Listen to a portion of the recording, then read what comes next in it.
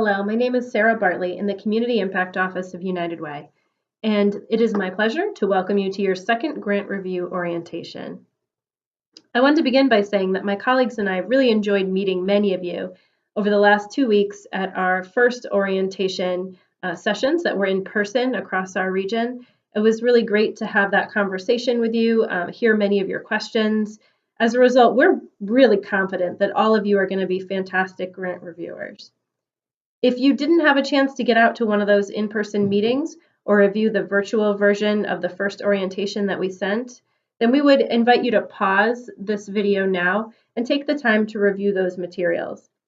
But assuming that all of you have been through that and that you have a really good understanding of the overall grant review process, I want to welcome you to your second grant review orientation and let you know that you've been placed on a team reviewing the funding priority for post-secondary pathways for Opportunity Youth. The purpose of today's orientation is to help you understand why United Way is supporting post-secondary pathways for Opportunity Youth and what kinds of quality standards we're looking for in our applicants.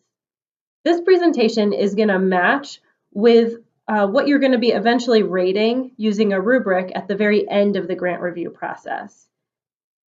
While there's plenty of time between now and then to prepare you to score applications, we're sharing this information now up front before you ever start to review applications because we want to help you know how to be thinking about applications. These are the types of things to be looking for as you begin reading, as you visit with an agency, and as you reflect on what you're learning. Before we get started talking about the selection criteria and other standards United Way is looking for in this kind of programming, I want to invite you to meet one of our community partners who can show you a little bit about what this work looks like. Hi, my name is Greg Croto. I'm the Executive Director of UTEC, a youth organization here in Lowell, Massachusetts. We've been pleased to be a partner with United Way in the past, and we're really excited about applying again to expand our partnership to serve more young adults to help them get ready to move into the 21st century economy. I'd like to share a little bit about the idea of Opportunity Youth and what it means to us here in our community here at UTEC. Begin, I'd like to ask you maybe to think back to your teen years, to those young adult years, 16 to 24, and how crucial and how pivotal they were to the transformation of your path into successful adulthood. In our opinion, Opportunity Youth are young people ages 16 to 24, those who have been disconnected and disengaged from meaningful school and employment opportunities.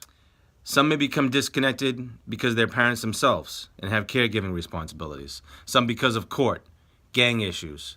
Poverty is usually an underlying factor, an obstacle to prevent young people from meaningfully getting engaged in school or employment. A key piece here, though, is that we'd say Opportunity Youth are also full of opportunity, full to transform that impact from what might be negative into extremely positive.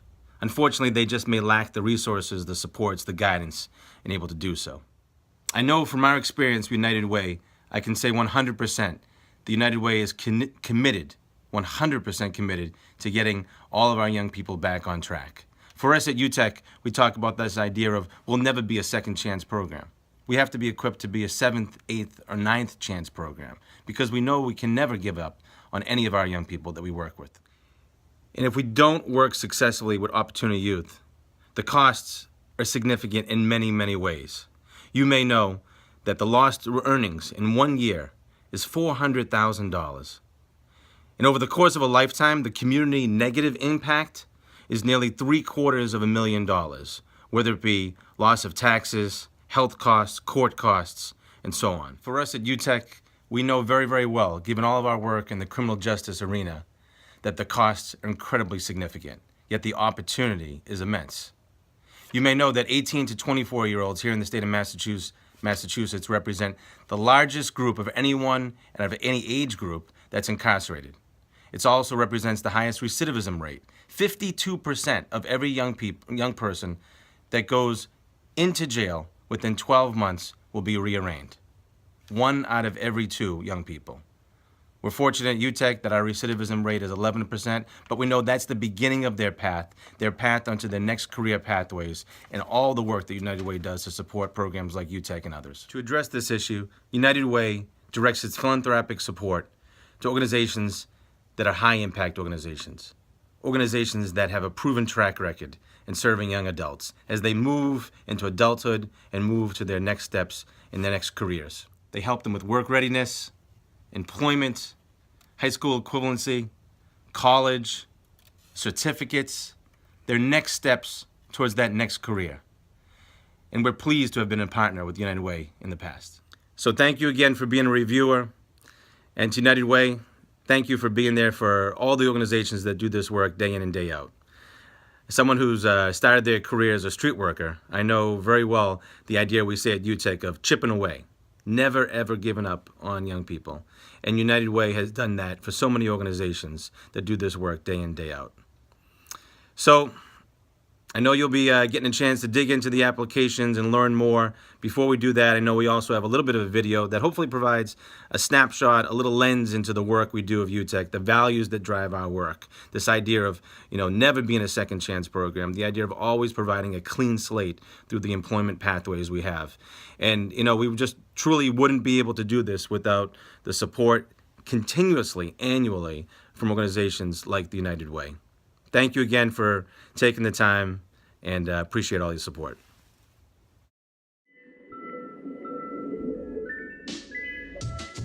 The Street Worker program is actually how UTEC got started. It's the oldest running program at UTEC. It's an outreach program. We target a lot of the hotspots in Lowell, gang hotspots, drug hotspots, places where homeless youth might be hanging out. Build relationships with them, help them out with resources. It's gotten a lot better than it used to be. It's come a long way. Pretty much all of Lowell's, it's thriving right now, but there's still some hotspots. There's still gang activity. In that respect, it's like a lot of other cities, around the world. If we're really going to say we're going to work with the most high-risk young people, we can't just be sitting and waiting for them to knock on the door.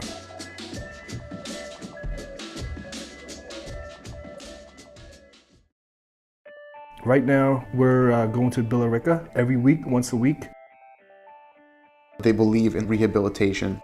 And that relationship has been huge for us because we have a lot of guys that we work with. They get caught up doing whatever, and they'll get sent there.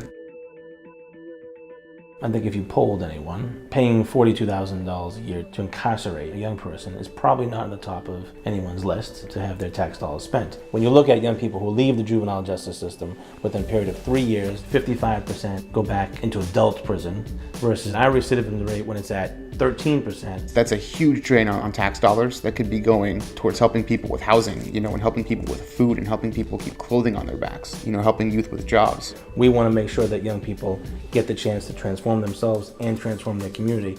It also just makes wise economic sense for the health of the community. Kids at United Teen Equality Center up in Lowell, they're turning gang members into productive citizens through programs like their Culinary Institute. When you talk to them about their success, their enthusiasm to do more is contagious. I was in a gang. I seen all that stuff that I did, that I didn't want to do, but just because I wanted to be down with my friends, I did it. Through Workforce, we're teaching them the basic essentials in how to hold down a job, how to show up on time, how to communicate with your colleagues and your supervisor. We are a triple bottom line business. We want it to be high quality, and we want it to have a very strong business plan that's going to have stable revenue generation. The second bottom line is the benefit we're providing to our young people. And then lastly, we want to make sure the focus of the enterprise fills a need in the community. These young people aren't going to make it the first time out, and we have to prepare ourselves mentally and physically for that. Our model is built on multiple years, multiple chances. Every time somebody leaves UTEC, they always wind up coming back because they know UTEC is going to help them out again. The main thing that a transitional coach is here for is to just be a support system, which they probably aren't used to. Conflict resolution, decrease their gang levels, helping them get stable housing. I really never had this support system. When I first got pregnant, I thought my life was going to end. I'm here as a TC to motivate that young person and to paint a picture where she can see herself, that she can be anybody. He showed me how to be determined. He showed me how to motivate myself, how to not look on the outside, look on the inside.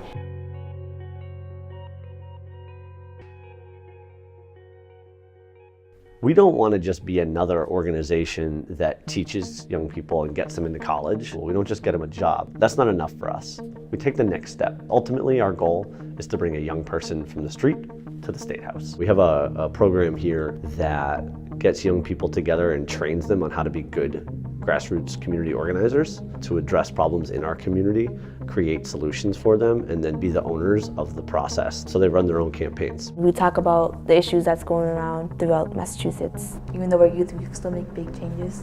When they're done here at UTEC, wherever they go, they are not going to stop having an amazing impact on the people around them. It's enormously important for you to tell your stories.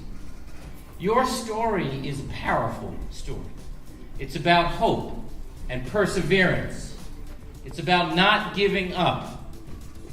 That transformation is its own energy for other people still waiting for their transformations. All around this city and all around this Commonwealth in this country, people are in search of a reason to hope. And you are that reason to hope. UTEC!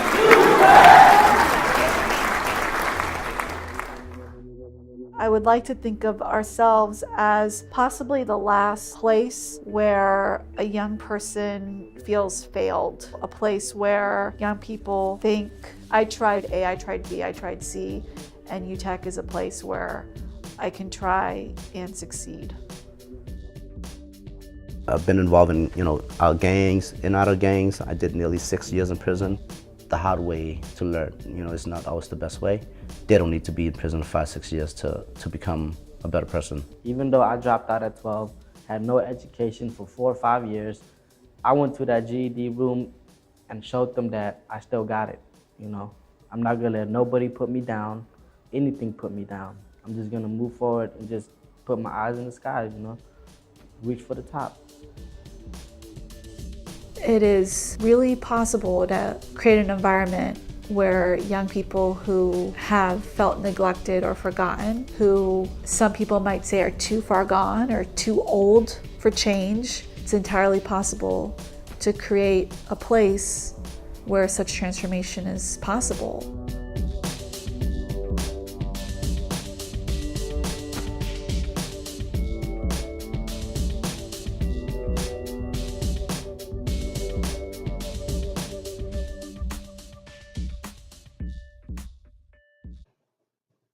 United Way is looking to support not just any kind of program that works with Opportunity Youth. We are looking to target resources that are entrusted to us by donors. We're looking to target those resources on programs that demonstrate a track record of successfully delivering high-quality services, programs that can measure their impact. To do this, we've articulated a specific selection criteria that you're going to evaluate. The selection criteria defines what actually qualifies for post-secondary pathways for Opportunity Youth. When you eventually get to the point of scoring your applications, you'll have a rubric that will guide you. But today, we think it's important to introduce you to this selection criteria that we're using so that you know what to look for when you read applications. This is going to make you a more efficient and effective reviewer. A quick note about the selection criteria that we've defined here. Typically, organizations are going to be doing all of the work that we've defined directly through their own staff and programs. But this is not always the case. It's okay if some of the selection criteria is met through partnerships or collaborations with other organizations. The important thing is that all of the work is getting done. As you read applications, you're looking to see if the organization is doing each element that we've defined, or if they're not. This is the primary investigation that you are doing. So, as you're reading, be careful to take note that organizations aren't simply parroting United Way's own language back at us.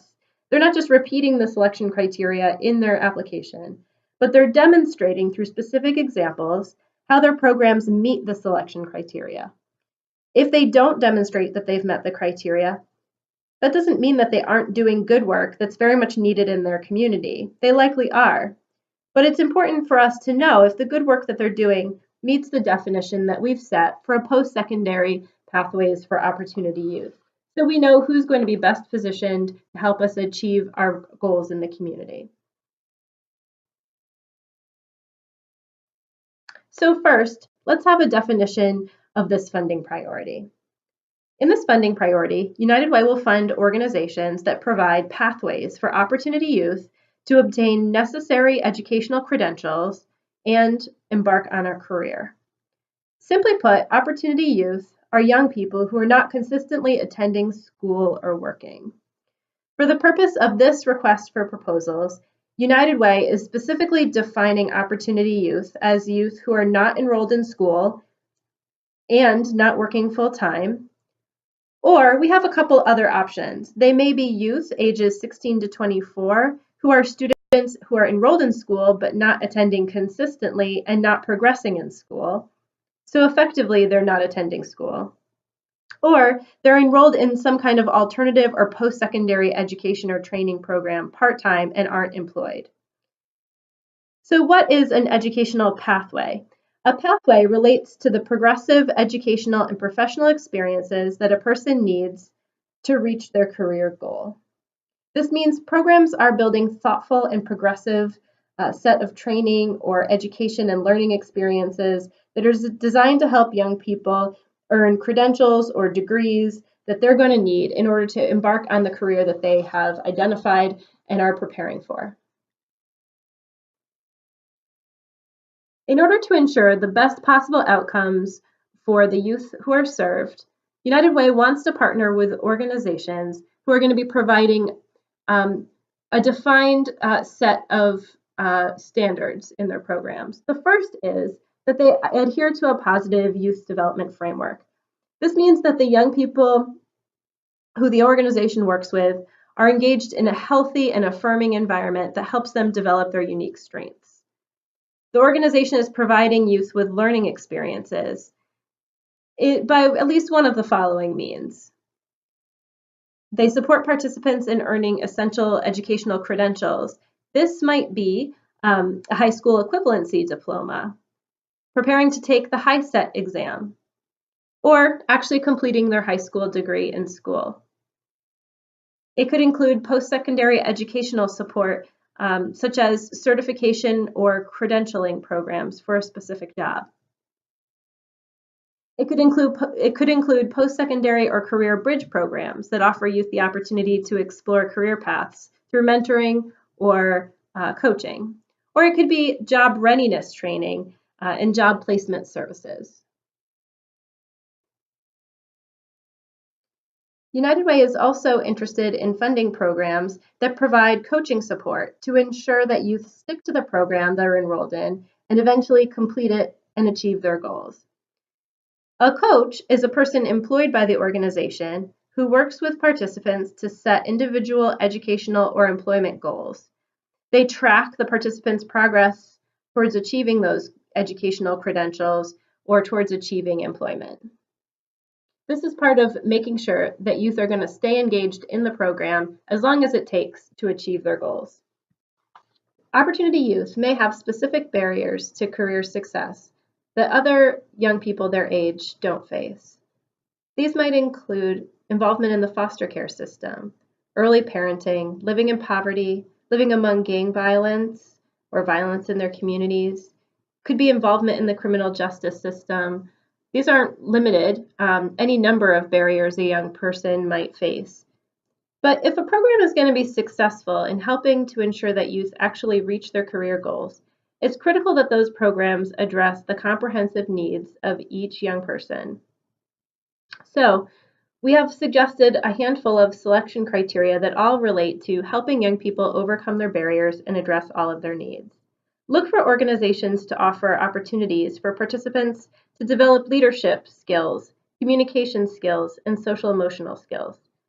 These are the really critical skills like teamwork, self-confidence, or the ability to manage one's emotions effectively that are going to help someone become more employable, but they're also going to help someone stick to the program and actually develop the credentials they need. Look for organizations to be really aware of the context they're operating in. They're really aware of the cultural backgrounds and the languages of youth in their community, and they're offering programming and learning experiences that actually appeal to youth.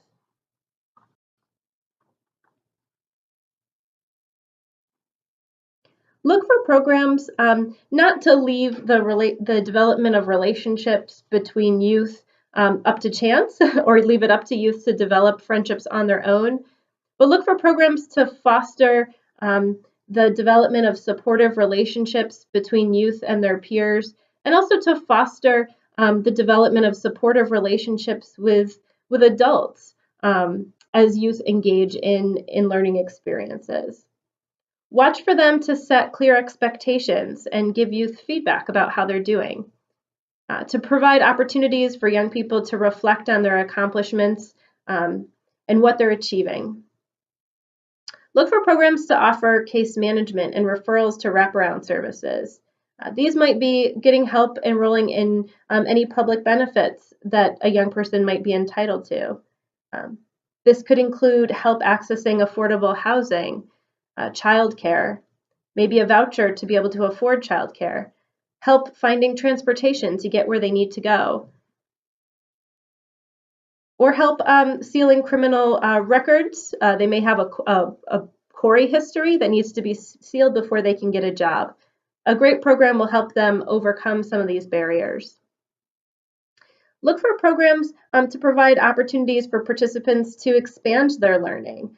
Perhaps the organization will engage with other institutions in their community. These could be employers or other schools. They might include career exploration opportunities at local businesses or by engaging volunteers in their programs. Finally, United Way has a handful of practices that we would like to incentivize in programs that are working with us to do post-secondary pathways for opportunity youth. We want to give preference to organizations that also engage in strategic partnerships with institutions of higher education or employers in their communities. A strategic partnership might mean partnering with a local community college or with a major employer to have defined pathways that get youth from point A to point B, that help them navigate those opportunities in their communities and get a job.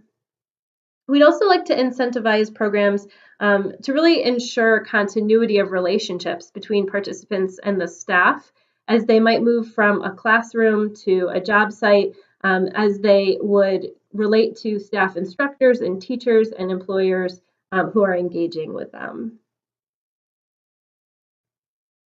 Ultimately, what we are looking for is for programs to have a track record. We want to see that programs are reporting consistency. So you'll see our application asks for organizations to tell us how many youth they've enrolled last year and how many they expect to enroll in the future. We're looking for consistency and a track record in achieving the positive outcomes that are planned.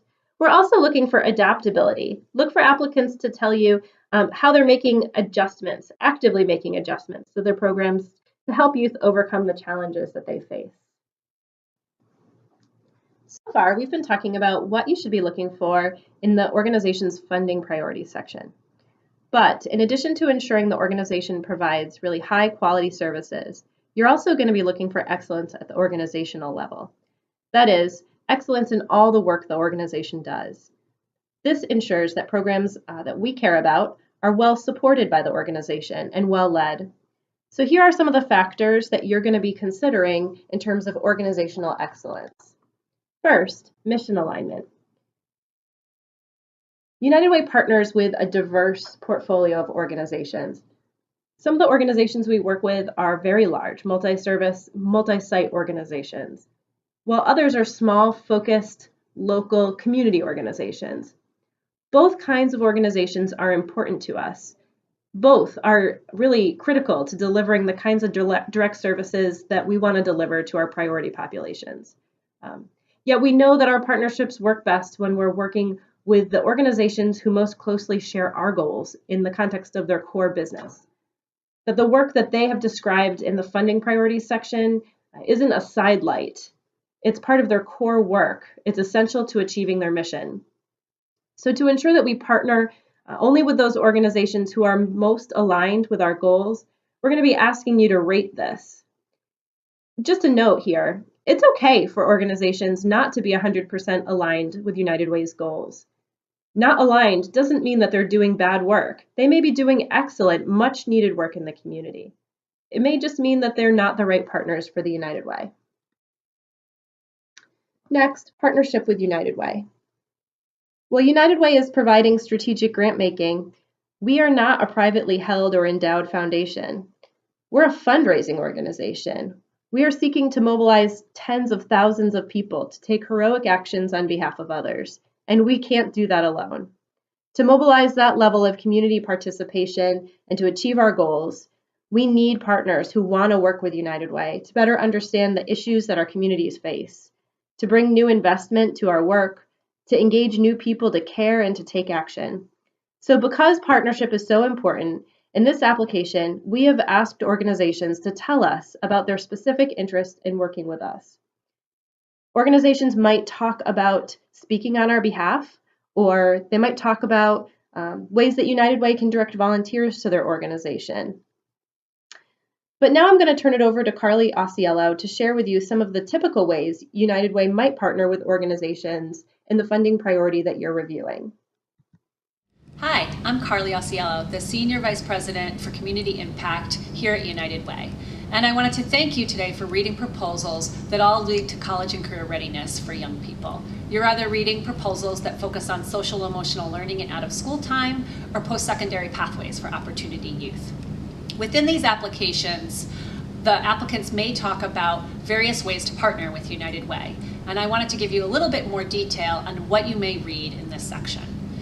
First off, they may talk about a community of practice. A community of practice is basically a learning community where frontline staff, executive directors, program staff come together to really focus in on professional development, increasing program quality. We may bring in experts from the field or have people just share their own best practices, all in an effort to really move the field forward. Some of the applicants may talk about a specific United Way program that they participate in currently or that they're interested in participating. In the area of our youth programming, we have a lot of programs. Some of the ones that you may hear about include our Summer Learning Collaborative that is focused on younger children really getting ready in the summer to take on school in the next year. They may talk about the Marian Hurd Scholarships Program, which is really focused on getting kids into college and providing them with mentorship throughout their time. They may talk about a North Shore AmeriCorps program, which is a specific social emotional learning program focused in on English language learners in Lynn and Salem. There are still other programs that focus in on social entrepreneurship skills. We have a program called Youth Venture in the Boston area and Granite Youth Alliance in the Seacoast that are really bringing young people together to speak out about an issue that's important to them. They may also talk about volunteer engagement activities that they'd like to participate in with United Way. They may talk about ones that would bring volunteers into their own organization or ones where they would collaborate together with us on a larger program. And lastly, they may mention public policy efforts. We are constantly looking to really raise awareness and advocacy in the area of youth development, and you may read about programs that are interested in collaborating with us in the area of opportunity youth, youth employment, and high school graduation. In any case, whatever they're talking about for partnership, we ask that you really intently read that, think about how that would add value both to their organization and to United Way, and score it accordingly. Thank you so much. Every organization is responding to a specific community need. As you know, United Way focuses its funding on helping people to achieve positive outcomes as a result of direct services that are provided by our nonprofit partners. While a diverse set of organizations might partner in the same priority, every single one of those services takes place in the context of a unique community. Some services are provided to a specific neighborhood or a specific ethnic group, or to people with a specific demographic trait that makes them particularly vulnerable, like having survived domestic violence or early parenting. The community need that an organization is responding to is important, and for the organization to be successful in their work, They need to understand the changing needs and the specific assets of that population and to adjust their programming to allow their participants to be successful. They should share with you in the application some specific changes that they've made to tailor their services based on new findings or based on the changing nature of their neighborhood or on the changing needs, interests, and input of the people who live there. Next, organizational leadership. To truly empower its constituents, a great organization will create formal and informal ways of listening to the community and letting those insights influence their work. The governance structure of the organizations you're reviewing should include some formal ways that participants can take on leadership roles and influence the decision-making of the organization. Some examples we think are particularly exciting include resident advisory committees who participate in board discussions and lead advocacy efforts, or parent advisory boards who interview teachers and participate in decision-making about hiring decisions, curriculum, or program enhancements. What you need to look for are for applicants to tell you how they are creatively engaging their stakeholders. It's too hard is not an okay answer. Next, continuous improvement. United Way expects that organizations will be proactively collecting information about their success. They might collect information about how participants are making progress towards their goals. They might collect client feedback, satisfaction surveys, or use other tools like census data to ensure that they're serving the people most in need in their community and that their services are effective in doing it. United Way wants to see here that the board of the organization and key leadership like the executive director or program directors are aware of this information and they're using it to continuously improve their work.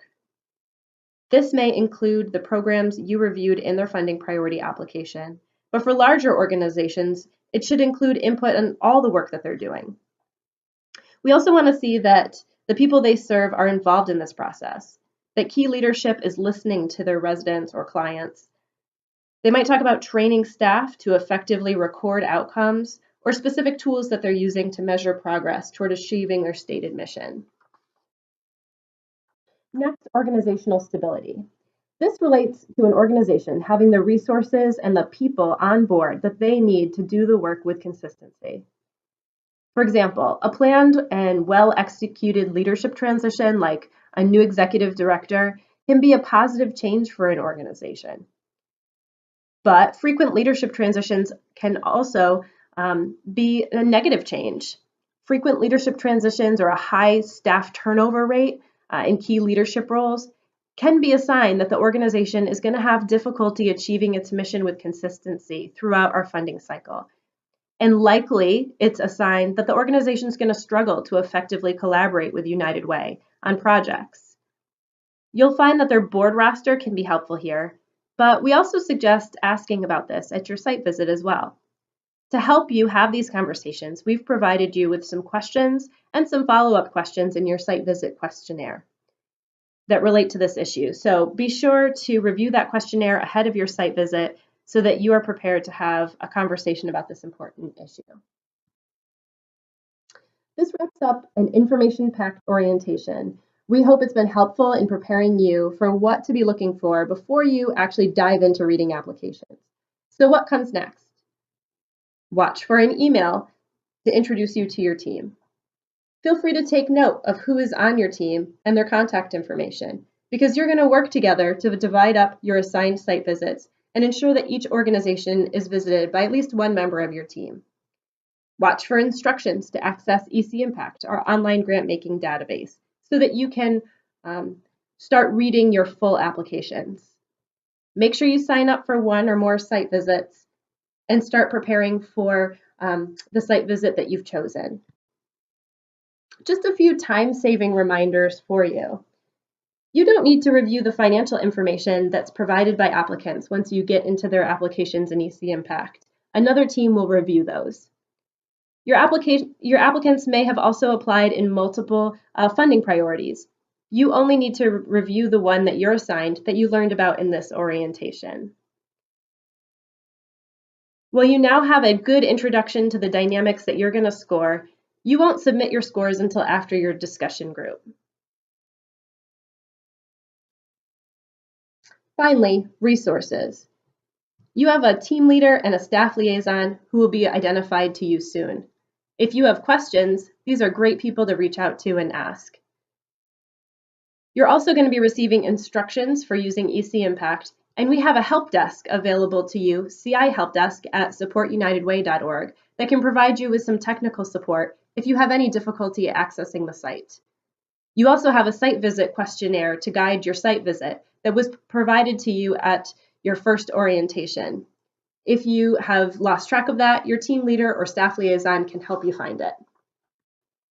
Finally, I'm available to you as well, or if you're a New Hampshire reviewer, Lauren Wool is available to you to answer any of your questions, and our contact information can be found here. Thank you for taking the time to review this orientation, and we look forward to seeing you soon.